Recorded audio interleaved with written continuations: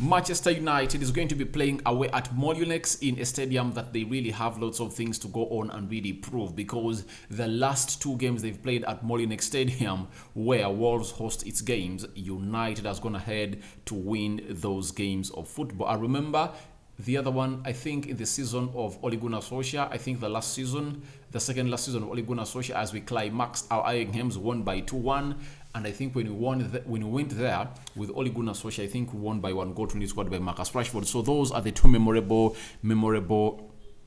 games that really come to my mind when you go to Wolverhampton Wanderers to play there. But it's a more changed side with the new manager, Lepotogui, so we expect lots of things to happen at a side known as Molineux. Welcome to United Matters channel. How are you guys, and where are you watching us from? Rock and David is my name. We had a very fantastic day yesterday. 3 videos came up to, and I believe even today we are going to be bringing you up to 3, because this is what we do best in here onto the United Matters channel. Smash the like button, comment and share, and if at all you're watching us for the very first time, endeavor to subscribe to this channel so as not to miss out on stories that we do upload in here on a daily. Wolves are really in the relegation zone. They are not doing great, but they've gotten a new manager who got his first win away at home. They beat Everton by 2-1. That is Lepotogui. Lepotogui is a former manager of the Spanish national team. He coached Real Madrid, he coached Sevilla, so it shows you that his experience is really great. And they have a new signing known as Tuna,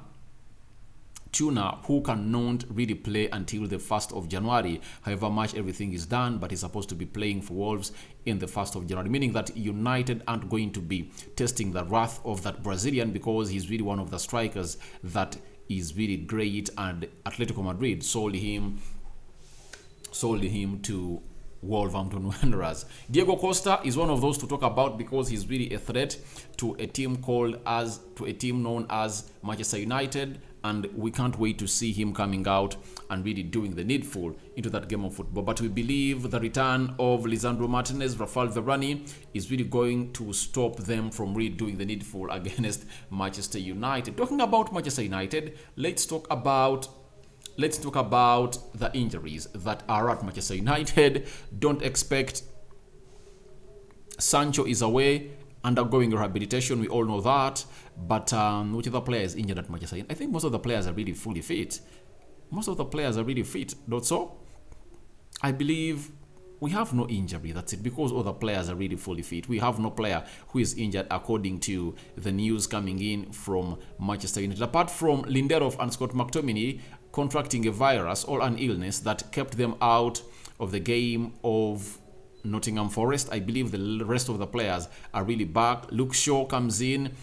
Luke Shaw is back. Maguire, I think, is fully fit to go ahead and really play a little bit of minutes in this game of football. Lisandro Martinez back in contention to start. Rafael Varane is also available. Aaron Wan-Bissaka. I think the only injury we've got is Diego Dallo.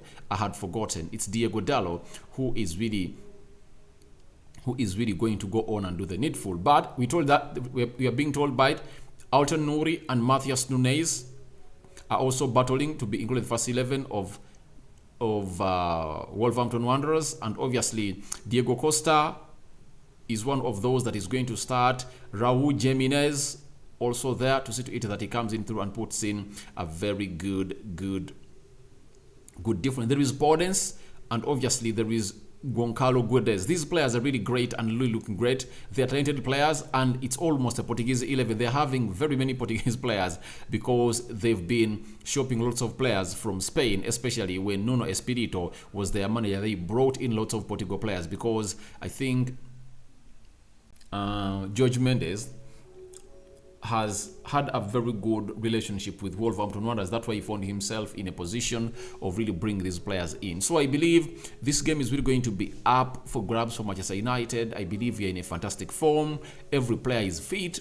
And I believe we are going to go on and really get ourselves to the levels of really winning this game of football. And so I believe Wolves, however much they have a new manager, won his first game away. I think he's getting his test against United, and United would like to play against teams like those of Lopetegui. Lopetegui doesn't believe in playing a deep line. He believes in playing total football. He attacks you, though sometimes he really goes for a low block that makes the game hard, but I believe we've proven to very many teams that if at all you are playing a low block, we can open you up and become the winners of the game of football. Not so, we've seen it in very many games against West Ham, against Fulham.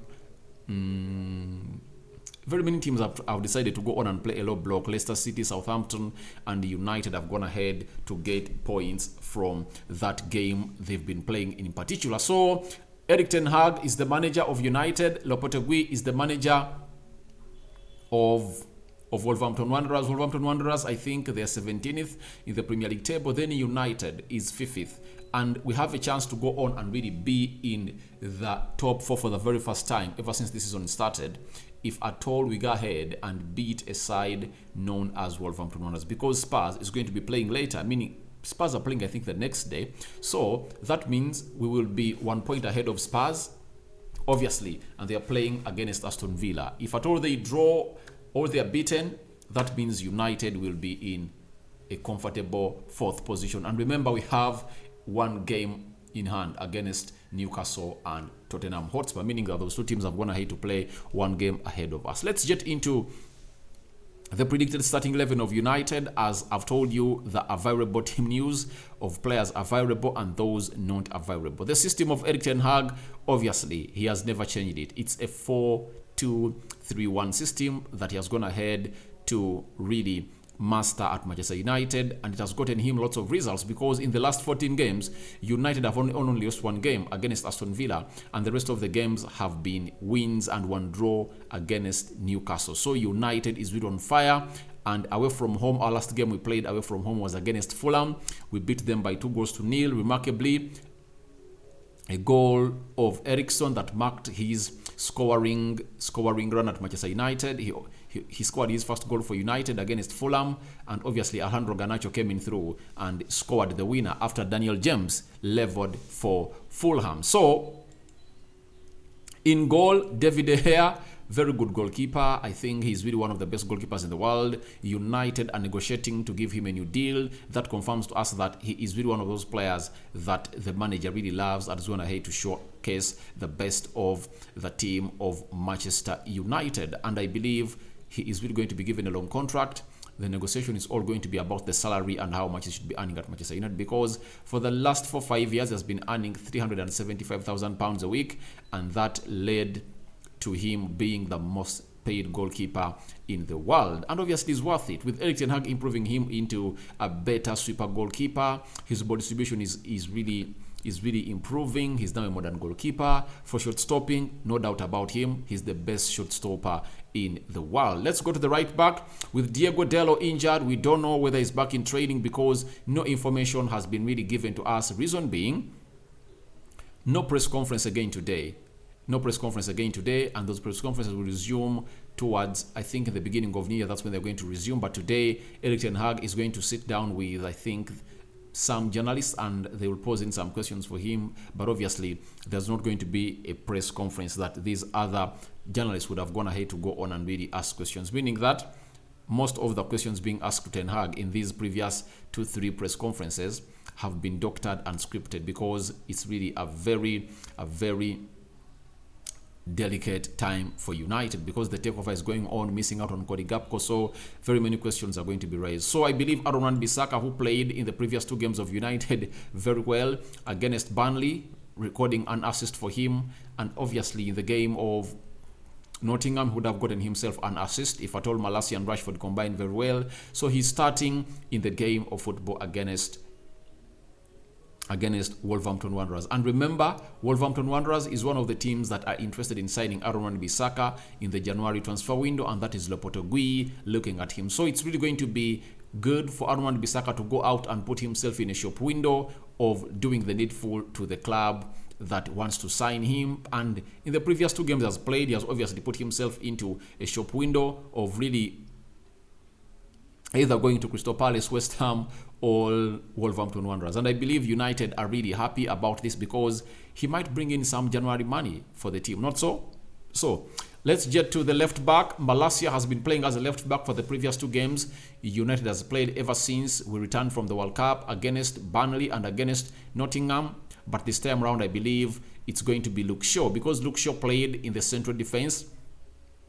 The game we played against Nottingham, he played in the central defense alongside Rafael Varane, because Lindelof was ill in the virus, and Lisandro Martinez had just returned from Argentina. He couldn't play because of the jet lag, and Ten Hag said, let Luke Shaw play on the left side of the central defense. Now, I believe it's going to be this man.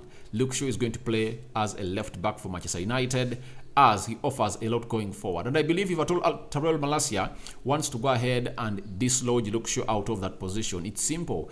He should go ahead and offer more going forward. Reason being, defensively he's okay. He's more comfortable on the ball than Luke Shaw. He plays well. He cuts across in the central axis, half spaces and wide areas. But his problem has always been going forward and the way he delivers those crosses. If at all he can average 10 crosses a game, that can result into an assist per 2 or 3 games, then he can put or dislodge Luke Shaw out of this position of the left back of United. But I believe Luke Shaw is going to play into the left back position tomorrow. Then there is a player called Rafael Varane, played 70 minutes, taken off, and then Harry Maguire came in through in the game of Nottingham, but obviously the manager wanted to reserve him to see to it that he's ready to go on and play against a side known as Wolverhampton Wanderers, because it's a tricky one with the likes of Diego Costa and obviously Jimenez of this world, knowing that it's a tricky side. Now, Varane is going to keep his spot, I'm 100% sure,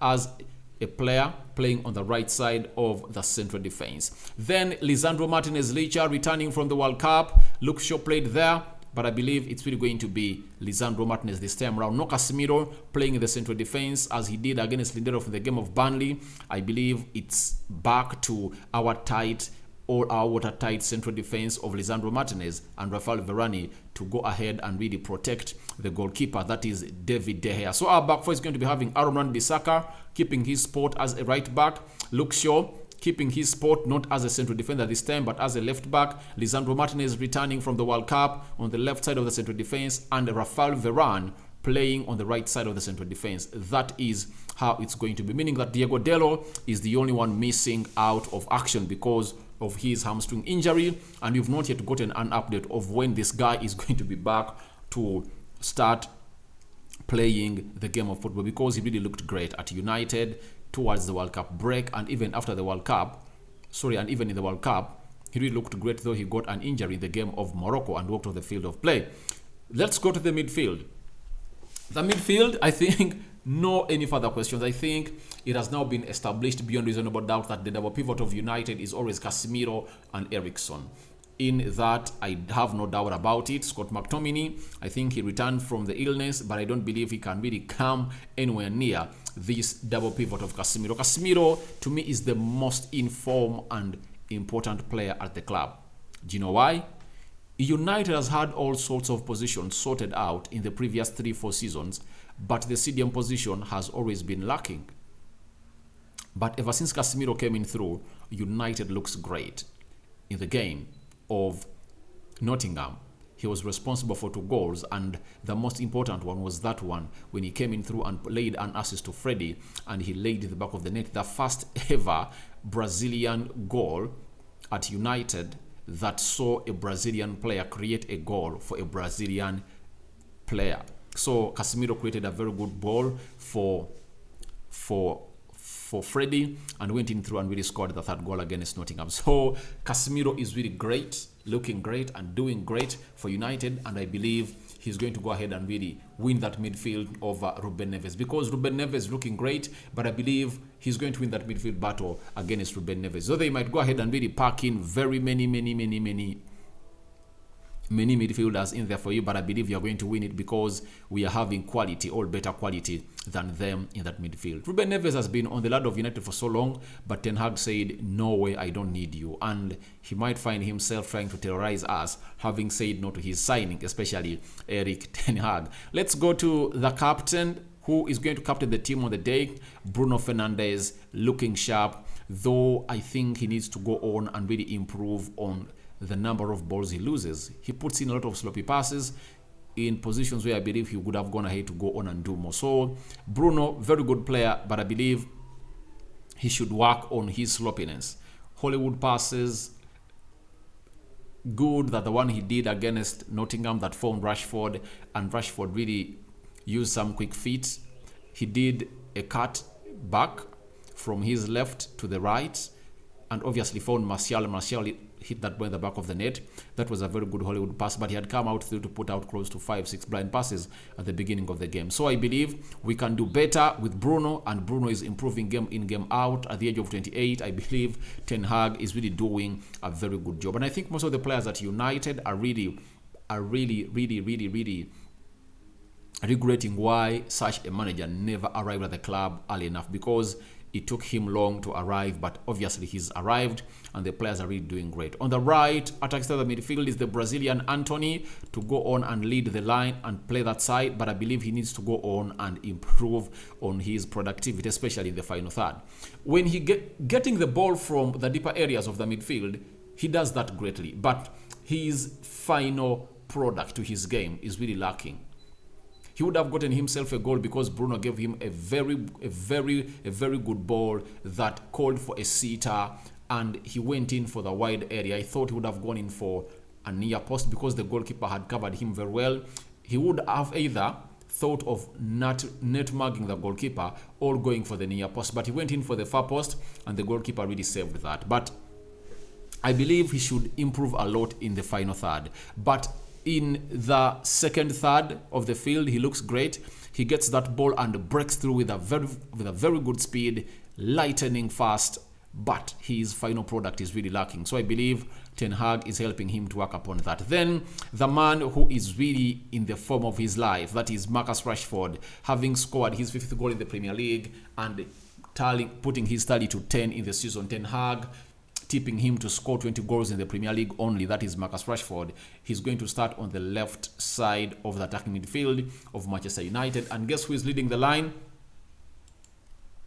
This man, Anthony Martial. And I believe one of the last games he played away, he really scored a goal, and that game ended 1-1. That was the season of 2019-2020.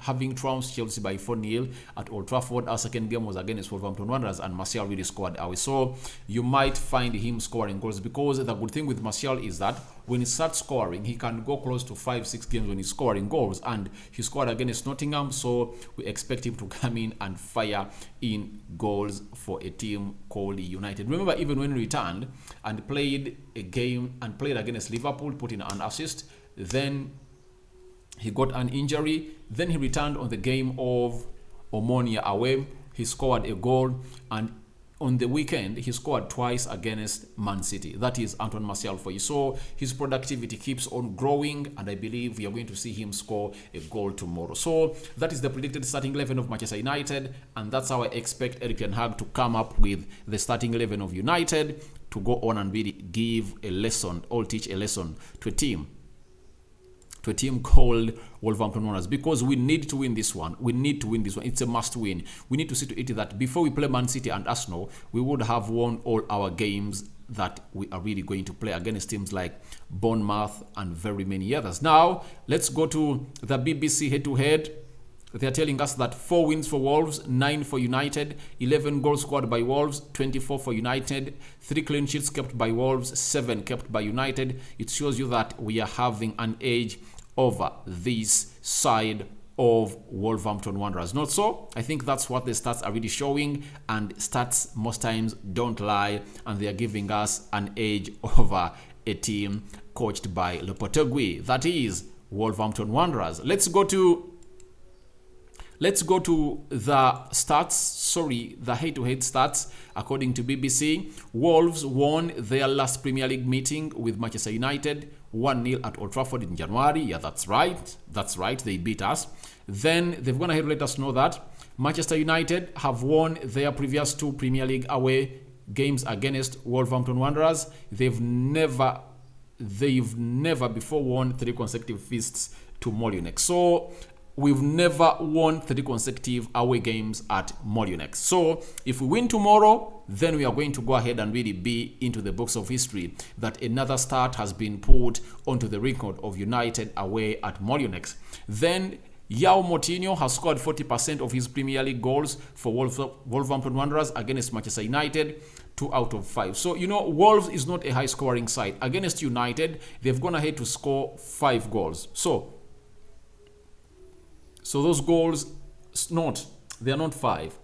It's Yao Moutinho has gone ahead to score 5 goals in the Premier League, and 2 of those came on when he was playing against United. That's it. And lastly, this is Egnan, known as BBC, telling us that United haven't lost their final league game in any of the past 10 calendar years. So this is one of the huge facts that you should put into consideration, that United have not lost a league game in any of the past 10 calendars that summed up the year. And we are summing up the year. We are playing on the 31st of December.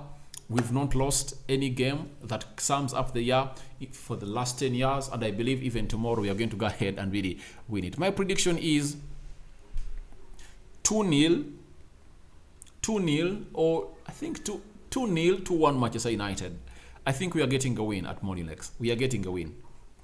I'm 100% sure we are getting a win from that side, because we are having players that are really fresh. They're not anywhere near tiredness. They still have some energy in them, and I believe the intensity is really going to be high to see to it that we go ahead and we win this game of football. We have players that can come off the bench to go on and play very well. There is Malacia, Donny van Beek, who came in through and really played very well against Nottingham Forest. Alejandro Garnacho, one of the exciting talents outside there to see to it that they play this game of football. And we might do lots of things like Freddy coming in and very many others, depending on the game situation. So guys, thank you very much for watching in through. That has been my match preview of United versus Wolverhampton Wanderers. And thank you for keeping it United Matters channel. Your predictions are welcome in the comment section below, and tell me what you think about this game of football. I sign out for now. See you later. But tomorrow it's really going to be a very busy day for United. It's the Kickstarter game that starts off the last day of 2022 in the Premier League, and United are really facing Wolverhampton Wanderers at Molyneux. I'm out. May the mighty God bless you abundantly, and Happy New Year in advance.